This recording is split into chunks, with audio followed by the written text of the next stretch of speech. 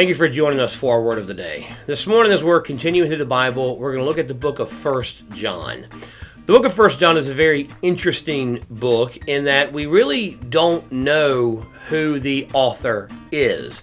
The book of 1 John doesn't list any author. The book of 2 John says that it was written by the elder John. And there's a little bit of confusion about which John this is. It could be the Apostle John, which is called the John, that the disciple that Jesus loved in the Gospel of John, or it could be another John that's listed in the Gospels that's just named John the Elder. But just like a lot of the other Bible verses and books of the Bible we've looked at, that we don't honestly really truly know the author, it doesn't matter. Because the author, the human writer, is unimportant, because we know that the author is God himself. So this is a letter from God using either the Apostle John or the Elder John, but he's writing to house churches. This John was in charge of house churches all across the area, and he's writing letters that aren't really letters. They're more like poetic sermons, but he's writing to these house churches to help them because they're going through some very difficult times. They're facing a lot of strife in the church. They are facing persecution outside, but he's not addressing that. He's addressing problems in the church. And the main problem is false teachers and deceivers in the church. These people who have denied that Jesus is the Messiah. They came into the church pretending to be believers, acting like believers, but eventually they let it be known that they did not believe Jesus was the Messiah. So they start teaching these false teachings that really have nothing to do with the gospel and nothing to do with Jesus. And so John is addressing these. In the book of 2 John, he talks about not helping these people, these deceivers, when they show up asking for help or asking to speak to the congregation. Don't let them. And then in the book of 3 John, he talks about helping true believers, missionaries who are on journeys. But the book of 1 John, he's talking about what it looks like to be a true believer. And he talks about things like walking in the light, having Jesus as our life, and then he spends a lot of time in chapter 4 talking about love and what the love of God does in our lives. He begins the book of chapter 4, 1 John chapter 4, he begins it by once again talking about these deceivers and how we can tell that they're deceivers because they don't have the love of God. And one way they know they don't have the love of God is they don't really talk about the gospel. They don't mention the death, burial, and resurrection. They don't mention the love of God and what it does in you. What they talk about is kind of own pet projects and pet peeves and very legalistic teaching. And then he starts to talk about what love does in our life. And look what he says in chapter 4, starting in verse number 19.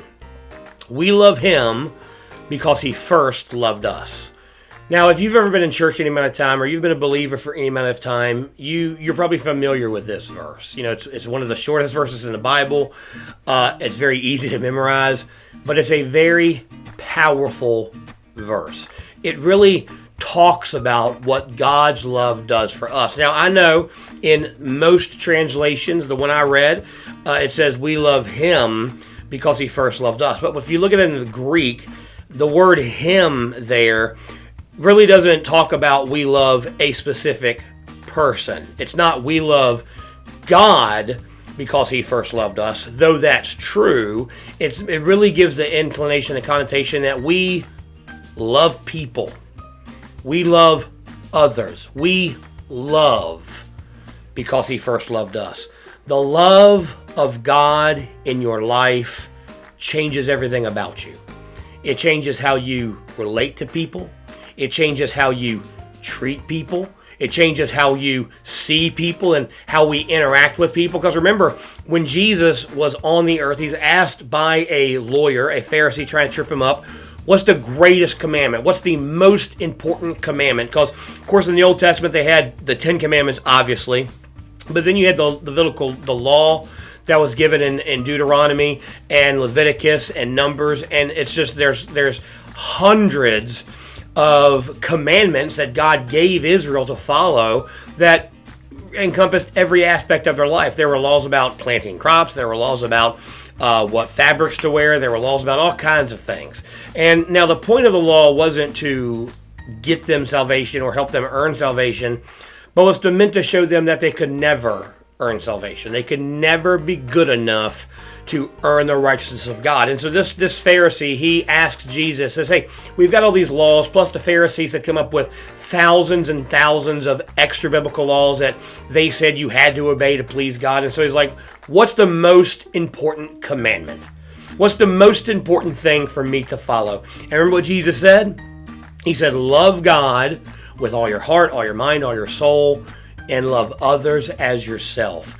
In these two are all the commandments. So what Jesus was saying is, if we love God with everything we have, if we love God as God has loved us, and we love others as God has loved us, then by default, we will obey every other commandment. How's that possible? Because look, if you're loving people like you're supposed to be loving them, you're not going to steal from them. You're not going to murder them. You're not going to be covetous of them. If you love your spouse like you're supposed to, you're not going to lie and commit adultery and all these things. If you love God like you're supposed to, you're not going to put anything above him or have any false idols. And so God says, if you want to truly live the life of a believer, just love me like I loved you and love everybody else like I have loved you. And that's what John is telling us in chapter 4. He says we have the ability to love like we're supposed to because God loved us first. That love changes everything. That's the love that God has given us. Thanks so much for joining us for our Word of the Day. Be sure to be back here tomorrow as we continue through Scriptures. Have a blessed day.